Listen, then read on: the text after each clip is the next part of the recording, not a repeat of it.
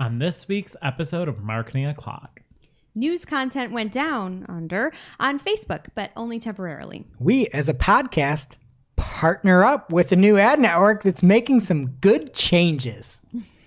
Spotify's new audience network and ad studio hit the spot for businesses of all sizes.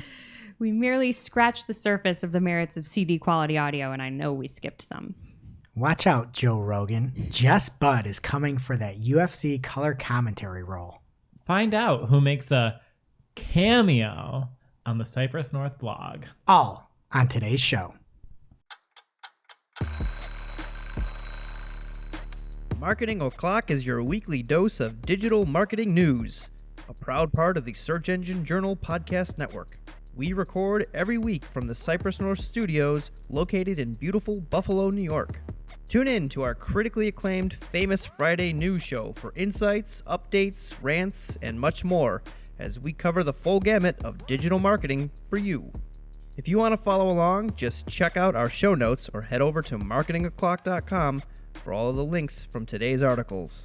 And please subscribe so you don't miss a single episode. Hey there, I'm Greg Finn. I'm Mark Saltarelli. And I'm Jess Budd. And it is officially Marketing O'Clock. Here on February 26th, 2021. Remember, you can catch our Famous Friday news show on YouTube or your favorite podcast player each and every Friday morning. All your digital marketing news from the week. Powered by the digital marketing community. And if you want to join the conversation, just hit us up. We are at Marketing O'Clock everywhere. Happy February, everybody. What's happening? Everything's a blur to me. It's all the same. It's almost March. I know. We're just doing podcasts over here. What's going on with you, Jess? Quick story this week. You know that I got a new car. I told you guys this. We got a Hyundai Palisade. And we feel like we're in a secret club because we were driving down the street the other day and there was another one coming at us. And both us and the driver in the other car waved at each other like really enthusiastically, like boat owners do when they're on the river, and they just like wave at each other like, hey, I have a boat too. And I have just never felt so cool in my life. Oh my God, I never felt less cool to be sitting here with you. Mark, what's going on with you? I have something else that's really not that cool. I've always been very skeptical of subscription-based services that are supposed to personalize based on your preferences. I did a coffee one, and I hated almost every single bag of coffee I got. And I told them that. And they didn't have like an option to fix that because they were all super sweet and I want bitter. And that wasn't like an option where you could say your sweetness preference, and I'm like, I don't want Dunkin' Donuts. But I've been doing a wine club since the summer, and they've been paying attention to all of my feedback. And this last box I got, every single bottle of wine is perfect. I am so happy. Love it. So I have way too much wine in my house now. No such thing. Well, over at the Finn family household, I forgot to take away vacation setting privileges of my wife. And we've talked about this the past few weeks. She set up another vacation, and this one's an all-timer. You're going to Disney World? Going to a IRL NASCAR race. And because my kids like NASCAR. Oh, so that's right. Proxy, Yeah. I need to support them, right? Blah, blah, blah. And so she's like, oh, and it was only $10 more to get for multiple days. So we can go on a date the days before the real race to go see NASCAR. I'm like, Colby, what are you talking about? I'm going to drive 2 hours to go watch Kevin Harvick riding around. Like, what are we doing here? So anyway, that's my life. She's NASCAR. Really a romantic. Yeah. I can't wait to see the outfit you wear. Some sort of cutoff in one shape or the other. And this week, if you want some more content, we actually have something releasing this weekend, a new Marketing O'Talk series. So stay tuned for that. It is going to be phenomenal. And our agency podcast, the podcast of Cypress North here, run by the fabulous Jill Fetcher, has our second edition with Cole Soldwish here on the team. And they talk about that perfect match between agencies and client and what each side should look for. So go subscribe over to the Agency Scoop and your favorite podcast player. And hey, We have a voicemail today over from Christoph Trapp. Call.marketing clock. If you want to leave, let's hear what Christoph has to say.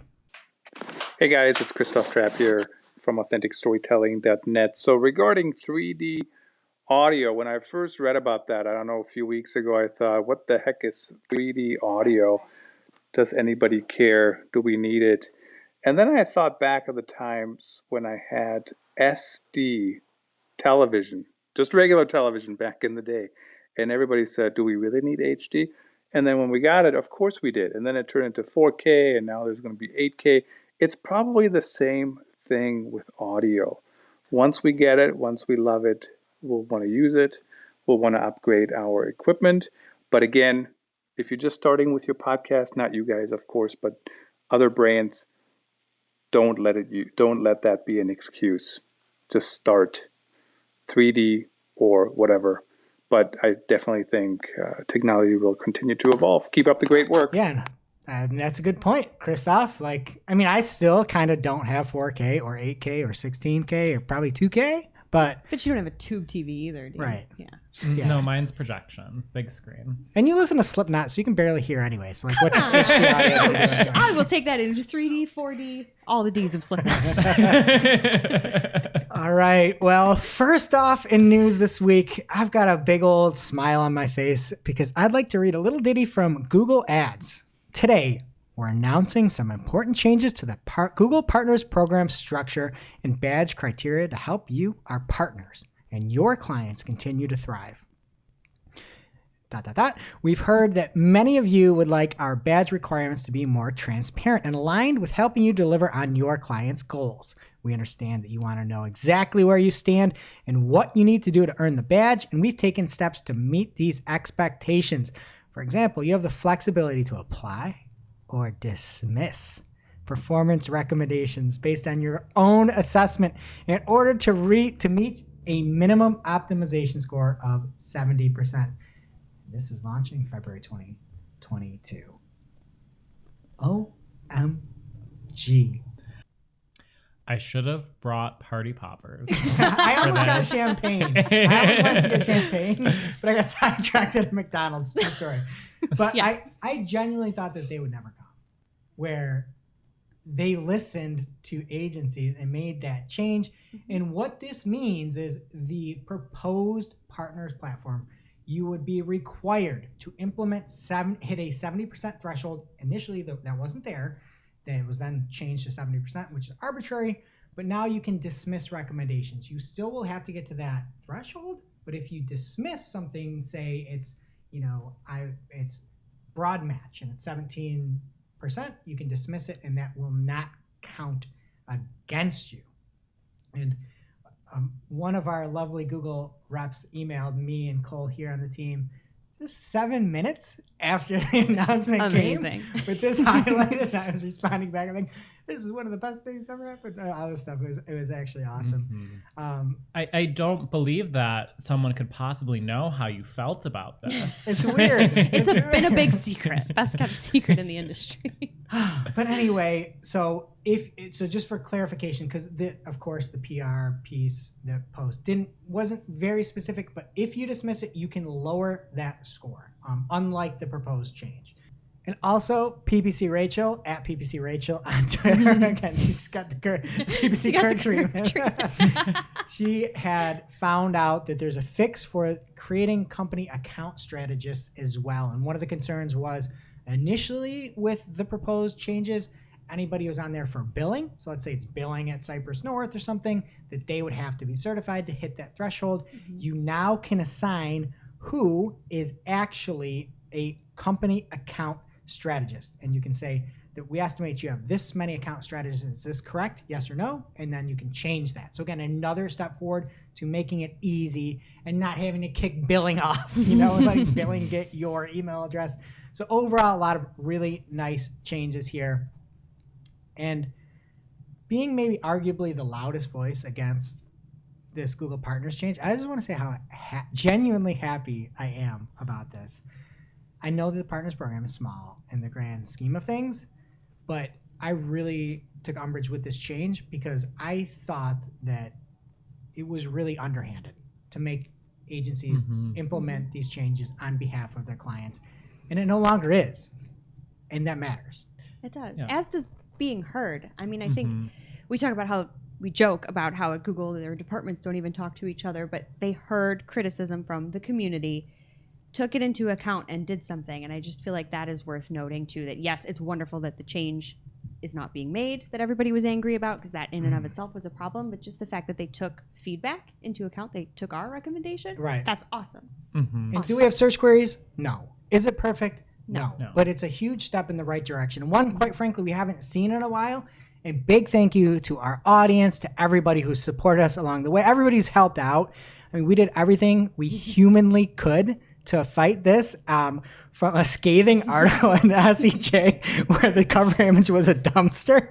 I don't know how they published that. We commandeered the Search Engine Journal show and had Andrea Cruz and Sam Tomlinson on there. We have done any podcast that have us on and complained about this and tried to bring light to it.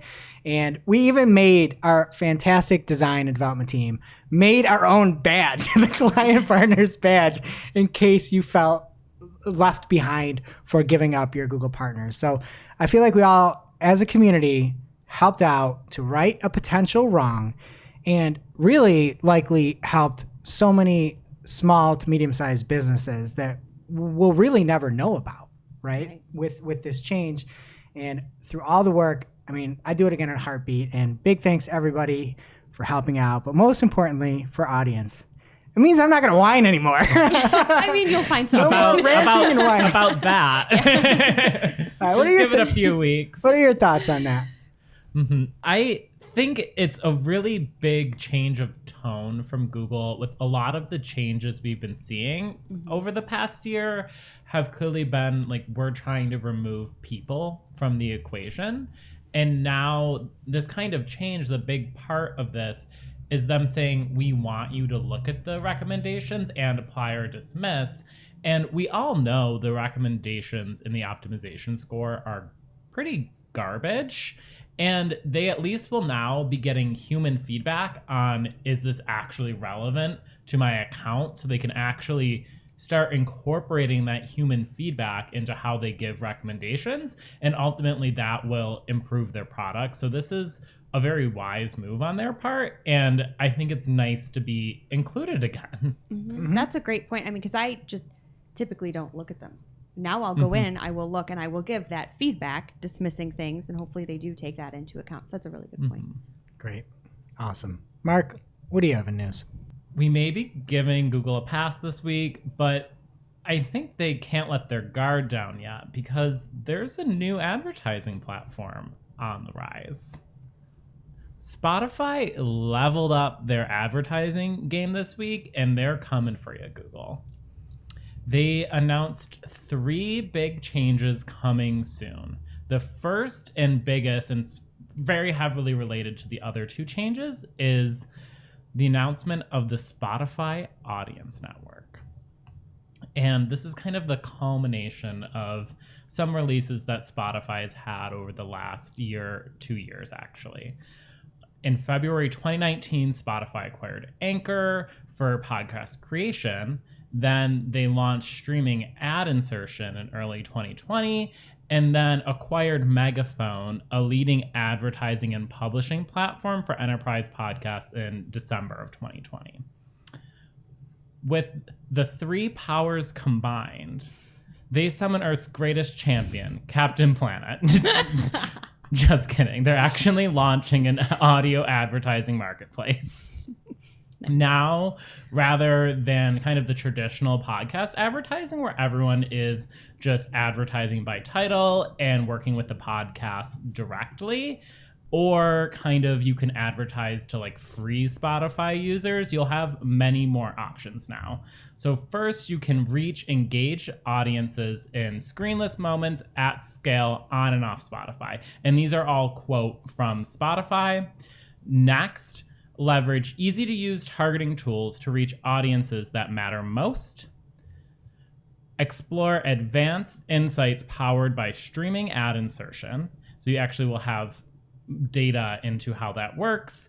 And then lastly, you'll have more targeting options. Those are coming later this year, which is including audience-based buying, which is in alpha testing right now.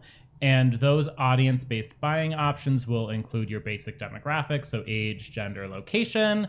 There will be audience segments, so relating people who like fitness, for example, or gamers or luxury shoppers, and contextual targeting. The examples they gave there are people in business and in tech, or like a lifestyle audience versus a gaming audience. So we're actually developing some audiences here, so you don't have to go and find like which podcasts match my audience. You can actually just create an audience in the platform. Next, they are updating streaming ad insertion, or SAI as they call it, to improve what they already have, which is pretty revolutionary, being able to just put an ad into a podcast. So the big changes they're making here are they will have confirmed ad impressions, so it'll be very clear if someone listened to your ad or not. The audience-based buying that we just talked about, you'll get actual streaming insights, native ad placements in the podcast, which is in beta, be able to see creative performance, so you can see how your different audio ads are performing, and then third-party brand lift measurement. The third update, which I think will be the biggest for a lot of our listeners, is they're doing what they've always been trying to do, and is to make advertising accessible to businesses of all sizes. And I think like historically, we've talked about this before, where Spotify's ads that you've been able to send to their free users of the platform, they help you write the script and record it. They have much more reasonable budget minimums than other like direct buy platforms. So we kind of aren't that surprised by this, but it's really exciting to see that Spotify is actually releasing a self-service platform to go along with these changes. It's going to be called Spotify Ad Studio. And this is in a closed beta in the United States as of this week. Really, really exciting. I can't wait to see this actually come out. And it's really helping make these new updates accessible to everyone. What do you guys think about this wonderful update? I love it. I love more choice. I think the only issue to consider here is it's still the Spotify app. And I think the Spotify app stinks. I know that y'all are fans of it, but at least on the podcast side, it really stinks. I think it's always buggy for me, but I'm sure they're going to figure that out. And Caleb and I, who's producing the show, we're actually talking today about just how nice everything really conjoins and fits together. When you've got Anchor and you can monetize there, and then you've got Spotify ads, and you can see everything really coming together for this kind of legit ad platform. So I dig it. And hopefully more advertisers will jump on board, and then they'll have more revenue, and they'll be able to fix those buggy things you don't like about it. So better all around. All right, unless you've been living down under a rock for the last week or so, you're probably well aware that something's going on between Australia and Facebook. There's a lot between Facebook and Australia, like half the globe. Facebook's not a place. It's everywhere. Okay. So, state of mind, man. Fair enough. So is Australia. After we recorded last week, the news broke that Facebook had essentially banned all news posts in Australia, as well as any posts from users elsewhere that linked to Australian news sources. In addition to that, Australian news publishers were blocked from sharing or posting even to their own Facebook pages. And I love the fact that they didn't just complain and whine about it and be like, well, we might not be able to show our news. There's like, see ya. Yeah. There we go. They took it away, which is kind of rash, but whatever. Hey, you didn't threaten it. They went and did it. They did it. That's a strong move. It is. And actually, apparently, publishers took a hit, unfortunately, which is very sad, but Facebook made their point. So some Australian publishers reported a 50% drop in their website traffic with this. And we'll have a graphic in the show notes in the video if you're watching on YouTube of just that chart of traffic from social media today. So wild, wild things. And this whole move was, to quote Facebook's in-platform notification for blocked posts when someone was trying to share it, was in response to Australian government legislation. So they just came out and said it. This is why we are doing this. And that is the legislation that we've talked about on the show before, where Facebook and Google would be required to negotiate with Australian news sites for licenses to link to their content. So we talked about that with Google before. This is what Facebook is doing. And that was last week. So a lot happened in a couple of days. And now, as of recording, this whole thing appears to be settled, at least for now. And to quote Facebook again here, after further discussions, we are satisfied that the government has agreed to a number of changes and guarantees that address our core concerns about allowing commercial deals that recognize the value our platform provides to publishers relative to the value we receive from them, end quote. So they didn't make nice just because they don't have to pay. It's not that. They're just essentially the Australian government made some changes to give them more time to make those deals with publishers and figure out what's going on. So it's probably not over, but the Australian publisher pages are supposed to be being restored in the next couple of days. And that was from an article that was published yesterday, so that it could even be happening by now, but things are back on the up, at least for now. This is wild things. I don't know what you guys think about all this, but I can't believe they just didn't publish an article that said Australia hates small business. took it out in a newspaper. Now it's time for this week's Take of the Week. This is a #fire digital marketing take with extra spice served up for you. We simply deliver the take for your consumption. We give no opinions. We don't influence. You make the call. And this week's Take of the Week comes from Larry Chassé from 707 Marketing. I think I got that right. I actually went to pronunciation, but he told us how to say it before and I forgot. But 707 Marketing's Larry's, and he sent us a fantastic gift box. He is just the greatest power listener out there. And he said, a draft that never went live. It should be an insightful conversation.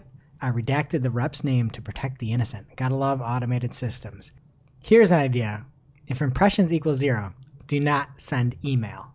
And the email reads, Hi Larry, blank here, your Facebook marketing expert. I see you've recently completed your campaign, and I'd like to share your campaign results. Below is a highlight of your results. Total impressions, 0. Total clicks, 0. Click-through rates, 0.0. I'd love to walk you through the results in detail, as well as share recommendations so you can achieve even stronger results for future campaigns. So I got a laugh out of that, and hopefully you did too. Thank you, Larry.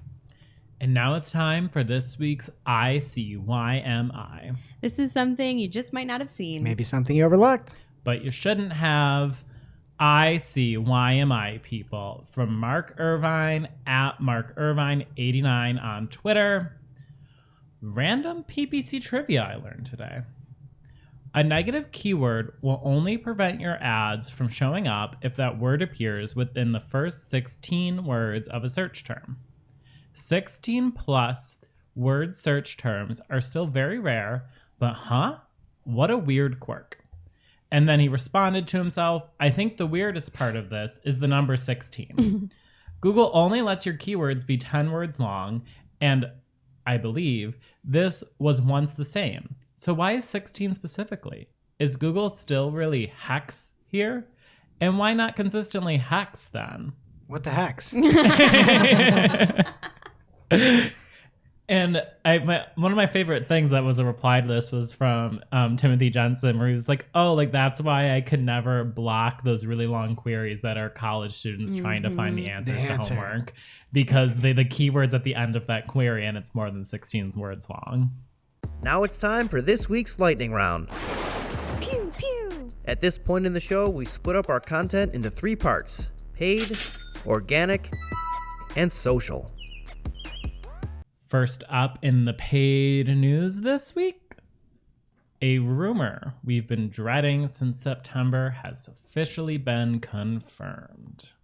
From Susan Winograd at SEJ at Susan E. Dub on Twitter, responsive search ads are now default type for Google Ads.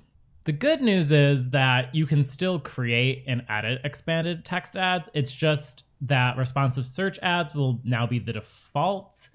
The bad news is, kind of puts the writing on the wall that this will eventually go away, like we saw with regular text ads, and they made expanded text ads the default. And it's in classic Google fashion. You can still make your ETAs, but there's a few extra steps to do it if you're doing it in the platform rather than on desktop editor. So when you hit that little plus button to make a new ad, expanded text ads don't show up as an option. You have to click responsive search ad. And when you're in the interface for responsive search ads, there's a little blue hyperlink text where you hit switch back to text ads. Wow. So that's a lot of extra steps, but you can still do it. So I would recommend doing it in the desktop editor and not in the Google Ads Online interface if you're making an expanded text ad, because who wants to do that many clicks? Not me. Next up from Dwayne Brown at Dwayne Brown on Twitter. Google is sunsetting Showcase shopping ads April 1st, 2021. I don't think this is an April Fool's joke. This is really early. It's a long con. Yeah, it's actually going to be everything is a Showcase shopping ad. Oh, boy. He says, I personally love Showcase shopping ads, but I know 99% of brands don't use it now or ever ran it in the past, at least for ad accounts we audit as a third party or for brands we take over account management for. And I think the really interesting take on this was from Kirk Williams at PPC Kirk, responding to Amanda Baumer at Finding Amanda.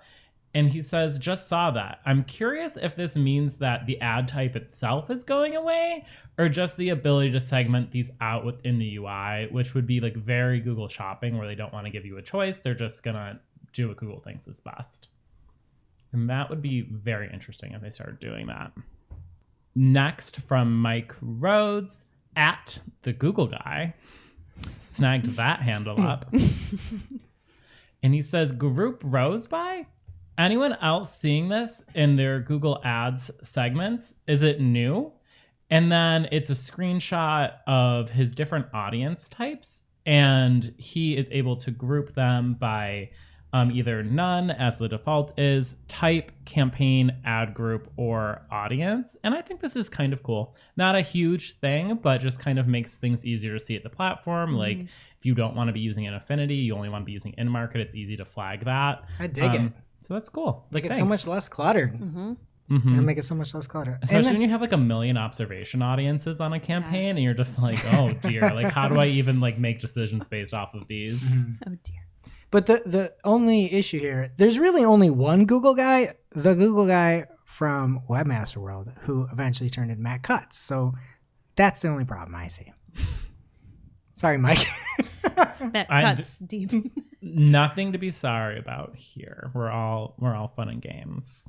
Last up in the paid news this week, Google attribution reports now include YouTube and display ads. So you'll now be able to see how YouTube search and display can work together to drive a conversion via a conversion path. This makes sense. Google's chief evangelist, Nicholas Darveau-Garneau, great rhyming there, has been pushing advertisers to use this attribution model at every conference he's been at recently. Like I had to listen to his inbound conference, which was, but you said it was worse than that. Yeah. Being nice.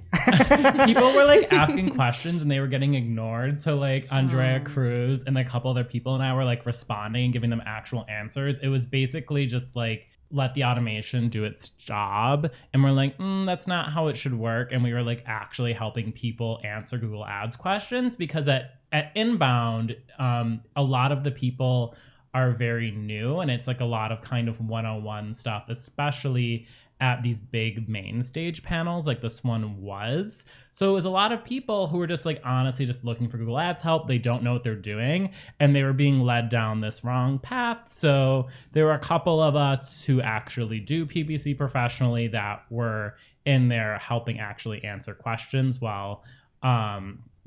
Darveau-Garneau was kind of spewing what we would normally call Google Ads propaganda. But again, we're giving them a break this week because they were nice to us. And I actually have live transcript of what you and Andrea had said. Random audience member, what should I do to increase performance in my Google Ads account? At Mark Saltarelli. Raise your budgets. At Andrea Cruz. Broad match. JK, just joking. Dismiss those. Kidding. Yeah. But basically his point was that he pretty much admitted that YouTube and display aren't going to generate a positive return on their own, and that if you're using them, you should look at your Google Ads account as a whole to see like the ROI in Google Ads account as a whole. And while I think that is bad advice, it's okay advice if you're using these conversion paths and you can actually track that. Without these conversion paths, it's bad advice. With them, that might actually work. Oh, what is that? We're going right to organic this week? Wait, right to me? Right to you. There's no section about beyond Google Ads? No, we're a Google Ads podcast now. Because maybe Google cares. We're that fickle, folks. I wore my shirt. We didn't talk about it. I know. I tried to find my shirt, but it was dirty. Yeah. Well, mine was clean. I wore it. Oh, well, I'm happy that Google Ads is at least trying to care about us now. So why don't you take it away with organic, All right. Greg? Well, somebody that is desperately trying to care about its listeners, Spotify has some new tools for podcasts. So a few of the new items is that Spotify has partnered with WordPress so that you can turn written content directly into podcasts, and you can instantly embed your podcast into WordPress. I still got Mark Irvine on my mind there. So you can basically instantly turn a blog post into a podcast and then instantly embed the podcast in your blog post. And this sounds bad, but I kind of dig it. Like if you can immediately be like, you want this blog content? You can listen to each post. I drive a lot. I'd download it. And then on my way home, I'd fire that thing up and hear what Barry Schwartz has to say. I just hope it's good. Like it reads well or listens well. Yeah, that's the big key. If you can get celebrities to somehow like read this, that'd be phenomenal. That's what I want. I wonder if you could like start using Cameo to do that. That'd be great. Just, like, what does a Cameo cost? Like $20? You can just have them read your have the Cameo celebrity read your blog post. Yeah. And then just include that at the bottom of your blog post. This That's is a actually how marketing this hack. works. And I like the Gilbert Gottfried plugin for $100, please. Okay. Also, Anchor will enable more creators to add videos to their podcast. The functionality is currently available to music artists and some podcasters. Again, the podcasters that it works for, it's really flawed. And so don't expect it coming out anytime soon. And then lastly, there's interactivity tools like polls and Q&A features for podcasters using Anchor. And they also announced they'll be launching a new hi-fi, that's high fidelity, subscription option later this year. Hey, Christoph, check it out for users that want to experience the highest quality audio available. And my only issue is if you listen to podcasts, there's like 1% that have good audio. It is so hard to have good audio. It's hard. It is every week. It is a grind to have good audio. So imagine like hi-fi garbage audio. That can't work. They called it CD quality too, didn't they? Oh, The yeah. announcement, which I thought was adorable. Did you say CD? Yeah. My CD's scratched. I'm actually have it on my like Walkman CD player that's on a clip. So every time I like walk on an even surface, it skips a lot. So CD that's quality, high great five. audio quality. All right, and YouTube is adding new ways for creators to make money. Welcome YouTube Applause. Viewers can purchase applause on videos they enjoy to support their favorite creators directly. And what will happen is for the person that is applauding, a little graphic comes on with balloons and people smiling, and then it's a one-time animation. Only they can see it, only the person paying can see it, and the money is sent. I love being able to pay creators for their work. I just cannot believe that there are people out there that are like, I'm going to pay to see this graphic once. Just me. It's interesting because I know why YouTube is doing it, because a lot of creators like who can't get enough monetization from YouTube ads will put their videos early on Patreon, and then you pay Patreon to give the like $1 to like pay the creator. So they're trying to be like, no, like still post your videos early and people can just pay you. I actually don't hate this. I think when you're doing the live stuff and you can pick between badges and sparkling cat, Pop-Tarts and stuff like that, it's like, what are we doing? But if you just have your bank account hooked up and you listen to this coming Marketing a Talk, there's a place where you're going to give Andrea Cruz, spoiler alert, applause for something she said. And again, I guess that money would go to Search Engine Journal, but like in reality, it would be cool to just be able to just be like, oh, that was really helpful. and almost just pay instantly. Like that would be cool, especially if the creator could see where in the video is deriving the most value, because then we'd be like, oh, look, nobody likes the organic section. Whoever's doing it is doing it wrong, right? Like there's no applauses there. We'll just have to like put Andrea Cruz's Venmo link in the description for the video, so like everyone can just like buy her a coffee when they get excited when she says that. Yeah, we can buy her corgi a few boops. Okay, and then also for YouTube, there is e-commerce. And they're testing a feature that will allow users to make purchases without leaving the site. We talked about this a few months ago where they said it's going to be the e-commerce platform. No, I mean, it makes a total sense to like support folks if we're like, oh, you should go check out this tool. And then, or I guess that doesn't make sense. Oh, you can buy this shirt. And it's a Google partner shirt because we're pro partners. That would, I mean, we'd go to jail for that one specifically, but it makes a lot of sense. And I watch now, I've gone off the deep end and I watch bushcraft videos now, and people are talking about reviews and logging and knives and axes to hatch. And if you put that up and you guys buy one and you didn't have to leave the video and it was like seamless, that makes sense. So I dig it. And next up from Andrew Hutchinson, YouTube adds new comparative data tools in YouTube Studio and info on other channels your audience watches. So one of the really cool things you can do now is select a time and see performance of the videos during that time frame and how they compare against your other videos. So you can see what really hits, what doesn't. You can see top videos. You can see videos in the bottom.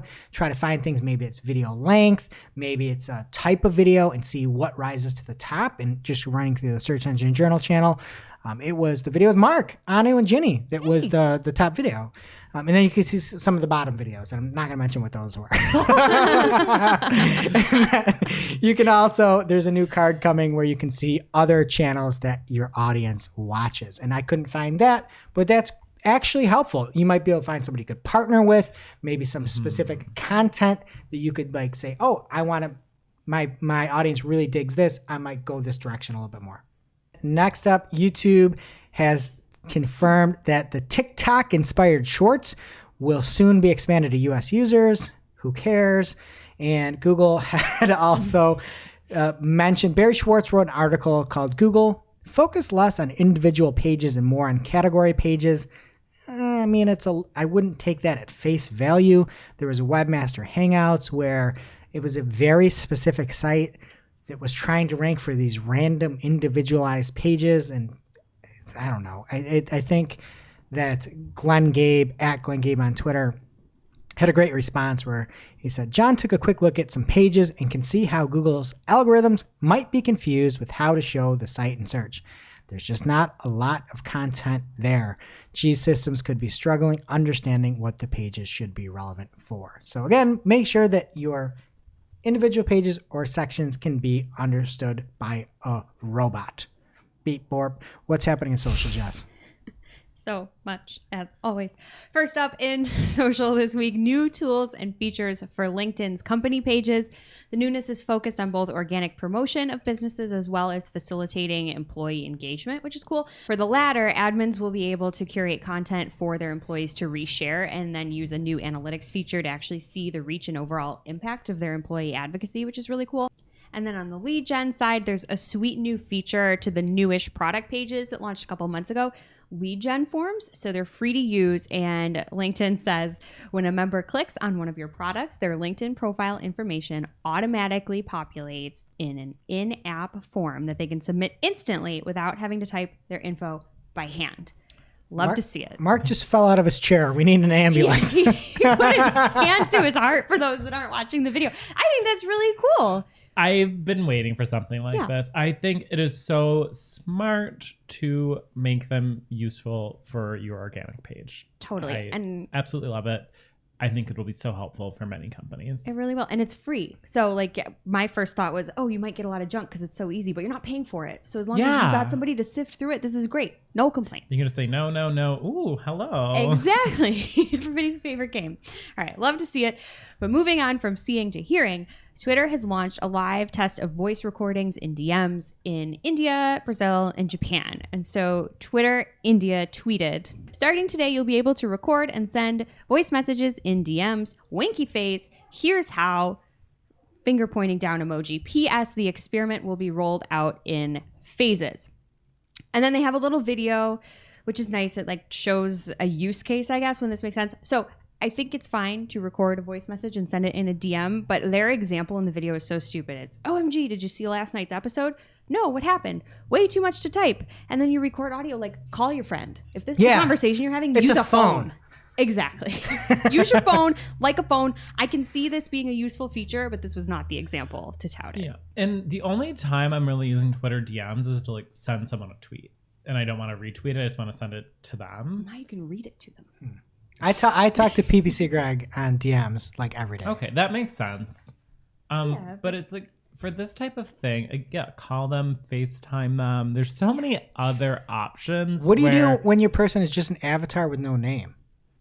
Unknown person. What do you do then? Why are you DMing them? It's PPC Greg. I don't know. That doesn't count. It's a burner account. He's Greg of the Year. We'll find a way to call him. All right, sticking with audio, and this one is more audio. No. Clubhouse is under scrutiny for security concerns after, quote, an unidentified user was able to stream Clubhouse audio feeds this weekend from multiple rooms into their own third-party website. And that's a quote from a Clubhouse spokesperson. So definitely going on. There's also been a lot of garbage going around with users on the platform spreading misinformation and then apparently harassing other users that call them out, and that's not good, especially because none of it's on paper. So I don't know how you can go after folks for that unless you have evidence like a recording, which somebody probably has. That's nice. So wonderful. Join the club. All right. No. I'm out. Back to LinkedIn. The platform has announced new COVID-19 recovery initiatives offering support to health organizations and nonprofits, as well as disadvantaged workers looking to get back on their feet. Not everyone is eligible, but if you do qualify, we're talking things like free job listings, free ads, and resources to support training, skill development, surfacing job opportunities, things like that. TikTok has announced a multi-year partnership with the UFC that will deliver exclusive content on the platform, including weekly live streams with pre- and post-fight footage, behind-the-scenes action, and more. They better keep their rings clean and their teeth in, or they'll be fighting the algorithm. And finally, rounding it out here with just a couple of updates from Snapchat, the platform released new insights on Gen Zers, aka the Snapchat generation. So if your brand is on Snap, you should definitely read the full thing. But the TLDR is that they're willing to spend money. They don't like brands that promote social views they're not aligned with, and they tend to prefer communicating with pictures over words. Seems like a no-brainer. We're doomed. Yeah. They also, speaking of doom, released new data on the rising effectiveness of 6-second ads. So there's that. And there's lots of data in this as well.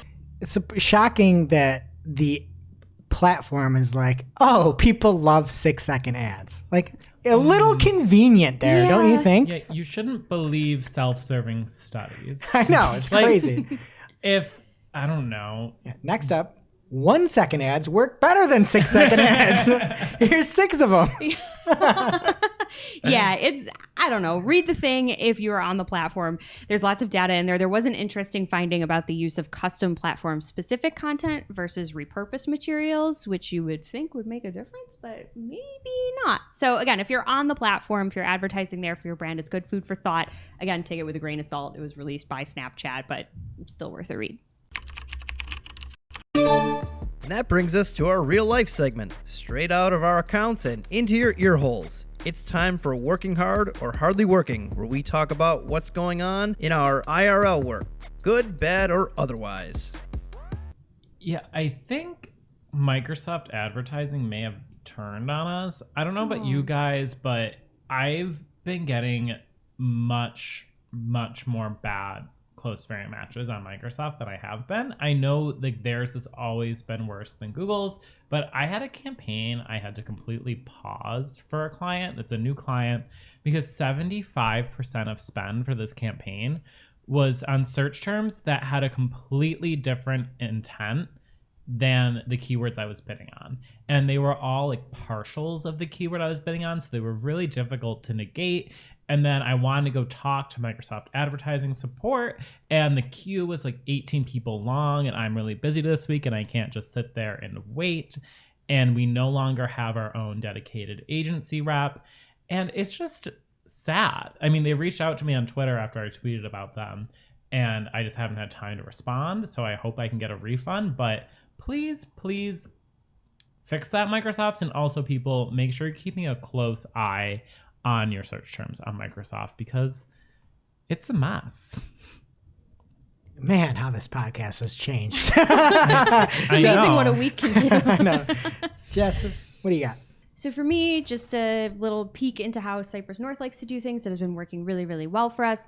A rolling call agenda, which is as simple as a Google Doc or however you want to do it, that just keeps a running history, a living history of what you talk about on calls each week. So it's all right there. If you want to refer back to something, you can put links in to things that you've done and just have that all in front of you when you're on a call with clients. We've got a client that we've been doing weekly calls, and then we switched to bi-weekly. And so now with the less regular communication, it's, even though 2 weeks isn't that long of a time, it's just nice to have that point of reference in front of you. And it's worked really well, and our clients love it too. So Yes, and I had a client this week where we're comparing week 7 of 2021 versus week 7 last year, and I just pulled up something and showed, hey, in week 6 this was still an issue as well, and it's still here in week 7. So it's not like a 1 week thing. It's something that we've seen.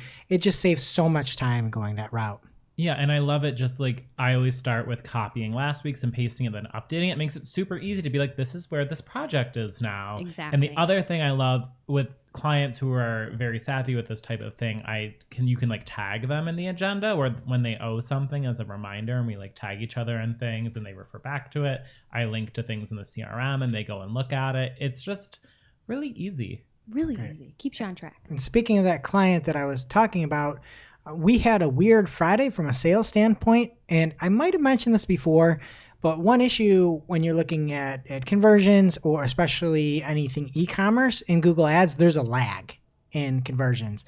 And you can still see near real-time data in Google Analytics. If you go to a one-day view and you go to your e-commerce, you can still see what's coming in, and you can sort by whatever you're allowed to see. Last touch, that's non-direct, basically come through in a daily basis by the hour. So it's a good thing to do if you think there might be an issue, and you can kind of sort that out before it becomes an issue 24 hours later. So Google Analytics can give you some insight that Google Ads doesn't real time. And now for this week's Cool Tool. As a reminder, our Cool Tool segment is not an official endorsement or paid mention. We're simply sharing something we found in our travels that may be of use to our listeners, and is really, really cool. All right, this week's cool tool is SERP Speed from Redico, and this tool lets you compare page speed with other sites at the keyword level, meaning you can see how you stack up against the best ranking pages for a particular search term, which is totally rad. SERP Speed uses Lighthouse data combined with its own intelligence system to provide not only insights, but also actionable recommendations on how you can improve your site. It's pretty in-depth, and it's free to use, so just grab the link from our newsletter and check it out. Now it's time for our must-read marketing article of the week. An article so advanced, so in-depth, so detailed, that we simply cannot cover it in its entirety on today's show. And this week's must-read marketing article of the week is a domain. It is learningseo.io. So learning SEO, yo. And it's essentially a roadmap with free resources that you can go through and pick and choose what you want to learn. It's sort of a curated list. And in it, you can check off what you've read, and you can see what it is. Is it a guide? Is it a course? Is it a video? And then who the author is. So you might be able to go through and be like, oh, that person, I'm going to skip that one, but I'm going to check out, all the courses from X. So it's a really cool curated list that you can see. And it is created by somebody reputable, Aleda Solis. So at Aleda on Twitter. And I would check it out, learningseo.io. Thank you, Aleda. All right, that does it for today's show. It is now officially not Marketing O'Clock. Remember, you can catch everything from the show on marketingoclock.com. While you're there, please be sure to subscribe so you don't miss a single episode. And we will see you next week.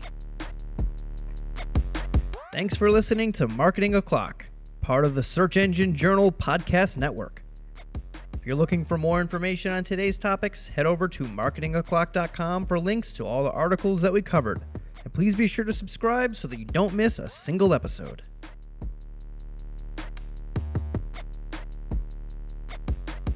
Welcome to this week's Shooting the Heck, where after our famous Friday news show, we don't talk about marketing anymore. We just shoot the heck. This week we're playing everybody's favorite game, Travel Buddies, the two kinds of people spin-off, where you get to choose who you're going on a trip around the world in a post or pre-COVID time, and you get to travel with one of two types of people. There's a right answer, a wrong answer. You three, Jess, Mark, Caleb, get to make a choice together, and I'll tell you if you're right or wrong. And this is all kind of the taking shots edition, where we take shots at each person here in the room. So first off, take shots at myself. Are you going to travel with somebody that is an avid barbecuer or somebody that's an avid bread maker? None of that has to do with traveling. I feel like I don't care. Yeah, I know. This is the funny part because you never understand the game. Yeah. I just feel like when I'm traveling somewhere, I want to do things that are outside, and someone who's a barbecuer likes doing things outside and like being outside, whereas like I feel like people who are like making bread are like more like homebodies, like introverted. I'm like assigning character traits to these things that are kind of abstract. So I think I'm gonna I think barbecue. What do you guys think? Yeah, I think barbecue as well. Okay. Yeah, that was really good logic. Unfortunately, you just missed because you were really close. The issue is the barbecuer is gonna be able to add things, but somebody making bread is like a magician and be able to create things out of little ingredients. They're a creator, and so if you're out and you need something done, you're in a bind. You're gonna want somebody that knows how to create. That's why you go with the bread maker. Okay, now we're gonna take a little shot at Caleb here. Are you going with on a traveling trip across the globe with a Star Wars fan or a Star Trek fan? I don't know which one you are, Caleb. Yes, I do. Okay. We're going with the Star Wars fan. He's on our team. Yes. Yeah. No, obviously. Yeah. And I know very little about Star Trek except when I've watched it with my roommate's dad while he's been cooking, and I forgot which one it was, but he told me it was the worst version of Star Trek, and it was just So any of them. a like soap opera but in space, and it was awful. So just on that merit, I agree, Star Wars. Yeah, Caleb, your thoughts? It's funny. I'm a huge Star Wars fan. My dad is a big Trek guy. Oh. And there's a that- quote that no one hates Star Wars more than Star Wars, and there's another quote that no one hates everyone else more than Star Trek fans. Yeah, I would definitely say Star Wars fan is the way to go on that one. Yeah. All You right, don't want well- to travel with Caleb's dad. All right, let me check here.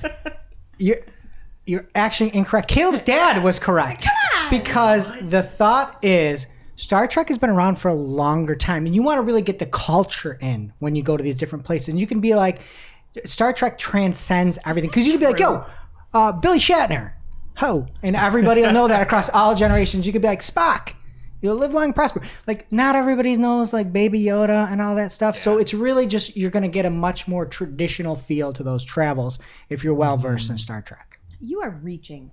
It's just And- facts. and I Just see your facts. point. Star I Wars like is- to be. Oh, sorry. I was gonna say Star Wars is super generational. Like, you know, every age group has their own. So Yeah, but I like being the like historical guide, and I'm the one telling everyone the facts on the trip. So I don't want the person who knows everything. Oh, well, sorry, you're wrong. Okay, and then quickly, all right, somebody that likes death metal or somebody that is into classical?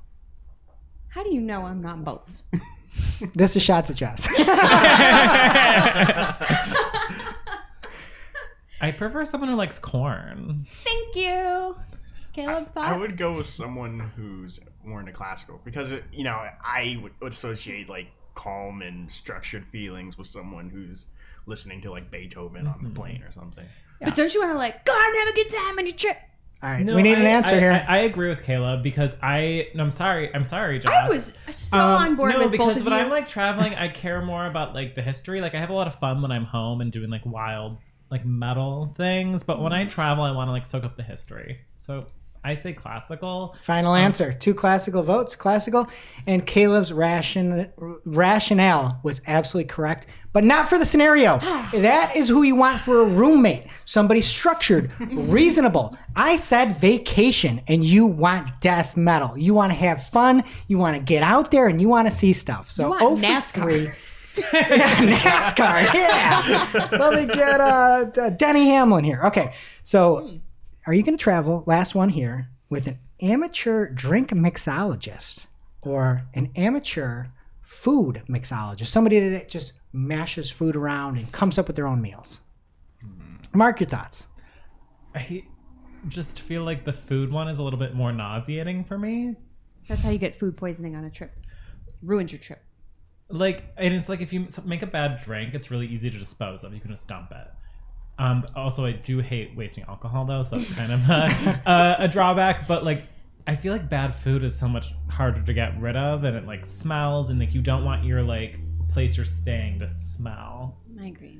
Yeah, I would go with that too because food is a bit more permanent, I'd say, and like the aftertaste and smell is going to be there for a while. You are what you eat. Right. Yes. Wow, that's deep. Very good. But I think everybody missed one of the key points here. Amateur mixologist. And as much damage as you can get, the worst thing you're going to have with an amateur food mixologist, which I just made up, is that you're going to be in the bathroom for a little bit. The problem is we're going global, and if somebody pours a little too heavy, you are going to be in like a Saw type scenario overseas, and we don't want that. So unfortunately, you went 0 for 4 this week, but I hope we'll get better next week, and we will see you next week. Good thing we can't travel. Thanks for watching this episode of Marketing O'Clock. If you're looking for more, we release new episodes every Friday with all the digital marketing news of the week. You can listen and subscribe wherever you consume your podcasts. Or click to read all the articles from this show or watch the previous episode.